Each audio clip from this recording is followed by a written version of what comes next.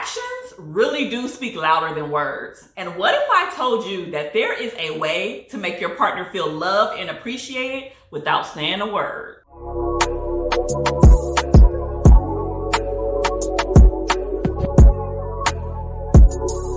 Hey everybody, welcome back to another episode of Keeping It Real with Kiaundra. I am your host, Kiaundra Jackson, licensed marriage and family therapist here. So sometimes all that yapping that we're doing is not necessary at all. There are some really powerful ways that you can show your partner that you love, appreciate, and care for them without saying a word, honey. So before we get into those 7 things, I need for you to go ahead and like, subscribe, and hit that notification button so you can stay connected with all of the weekly episodes that I have coming your way. So the first one is following through with your promises. There is something really powerful about being consistent, about doing what you say you're gonna do, when you say you're gonna do it, how you say you're gonna do it. That is such a powerful tool. So if you are someone who do the opposite, that could actually cause more discord, more issues, more drama, and more trauma in your relationship than you actually needed to. So it's important for you to follow through on your promises, big and small. I don't care if it's you planning a wedding or if you taking out the trash. Listen, you need to keep your promises on both ways. The second way to make your partner feel loved without saying a word is actually spending quality time with them. And I know quality time is actually a love language. It's actually my love language as well, so I know this one all too well. But if this isn't your love language, even spending quality time with your partner is needed. I don't know of any healthy relationships, marriages, or whatever the case may be, where they don't spend quality time with one another. And I mean quality time, not quantity, because there's so many relationships where they're together all the time, they're always going places, but the quality of their engagements are real small, it's real minute. Somebody on their phone, somebody not paying attention, somebody watching TV, somebody talking to somebody else, and they're not as meaningful as they need to be. So sometimes you gotta put that phone down. Sometimes you gotta say, you know what, babe, I'm actually gonna turn the TV off. We're gonna designate this time to actually spend time with one another. Talk. Oh, that's a foreign concept to some of y'all. Look into each other's eyes. We're going to talk about that in a minute. But these are just some really powerful ways to spend uninterrupted quality time with your partner to help your partner feel loved and connected with you. Number 3 is to share a passionate 6-second kiss.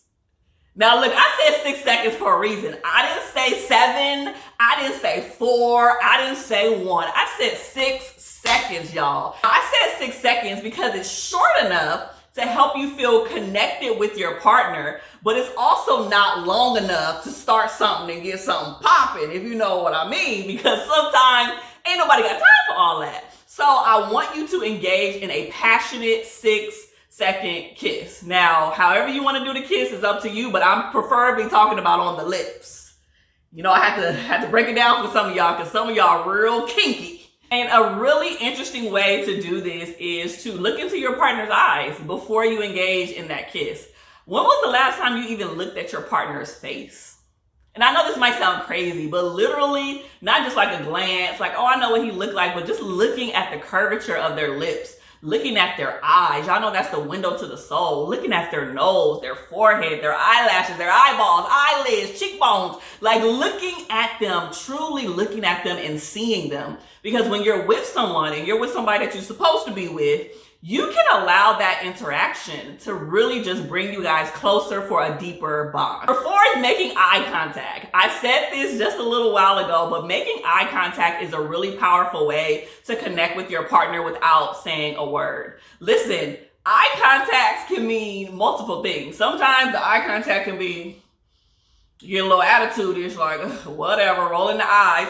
Or it could be very deepening of the connection. It can be us gazing into each other's eyes. It can just be us here, right? And sometimes you don't even have to say a word because when you're really connected with someone sometimes, I can't say that they read your mind because y'all know how I feel about that part, but you do understand them more because eye contact is a form of non-verbal communication, or what we call meta communication in the psychology world. And so it's a really powerful way for you to understand what your partner is feeling and thinking without using words that could potentially mess up the moment. Number 5 is being in the present moment. We kind of talked about this one also a little bit earlier about like putting your phone to the side and just enjoying. Like in the therapy world, we call this being in the here and now, meaning everything else that is outside of this very present moment doesn't really matter at this point, but I'm being present.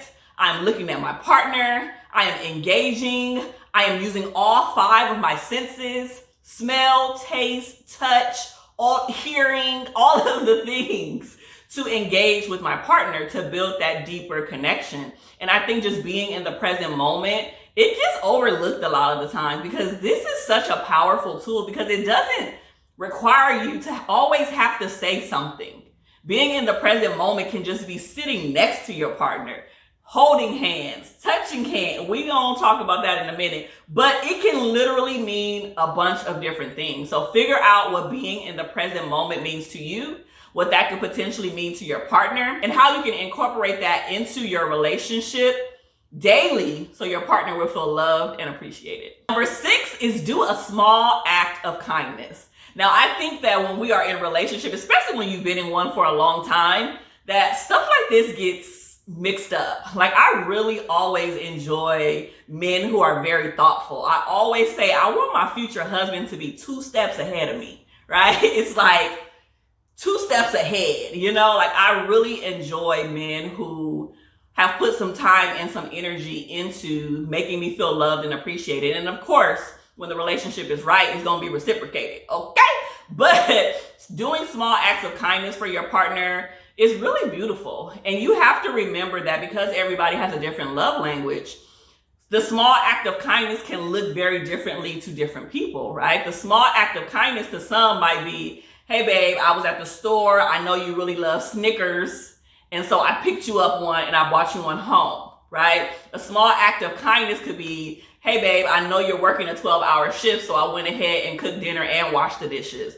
A small act of kindness could be, hey babe, you know, before you come home, I've already ran your bath water. A small act of kindness can be so many things, and you have to figure out what that looks like for you and for your partner. And don't think that it has to be a chore for you to do it, like, oh, I gotta cook dinner. Oh, I gotta run my partner's bath. If you doing all of that extra moaning and groaning in a not so good way, huffing and puffing, that's the proper word. If you're doing all that huffing and puffing and you don't take joy in pleasing your partner and you don't take joy in making your partner happier and making their life easier, then why are you in this relationship in the first place? And last but not least, number 7 is touching them more. Again, physical touch is a love language, and so that is people's primary love languages. Oftentimes, there's more men who enjoy physical touch than women, but that's a whole nother conversation for a whole nother day. But touching your partner in non-sexual ways, let me break it down for y'all. There is a difference between sexual touch and non-sexual touch. Sexual touch is, look, baby, I'm touching you here because I'm trying to get some cracking. Okay, right? Like that is what sexual touch is, but non-sexual touch is those couples that you see holding hands out in the park, or who have their arm around each other, or linking arms, or, you know, putting their arm around your partner's waist. Those are just non-sexual touches that it could technically, if we want to get real technical, it could lead to some type of sexual action, but typically those things don't. And it's important to have both in your relationship. You don't want every single time your partner to touch you to think that it has to be sex, because that's not the case, right? If you want to caress my hair, and it doesn't mean that you're gonna have to spank me and pull my hair in the bedroom. You know what I mean? It just means that you want to caress my hair, and that's perfectly fine. So that is the last tip, which is touch your partner more. Hopefully you found something useful in this video and that you can share with somebody else who might need it. So thank you for staying and watching another episode of Keeping It Real with Kiaundra, and I'll see you next time.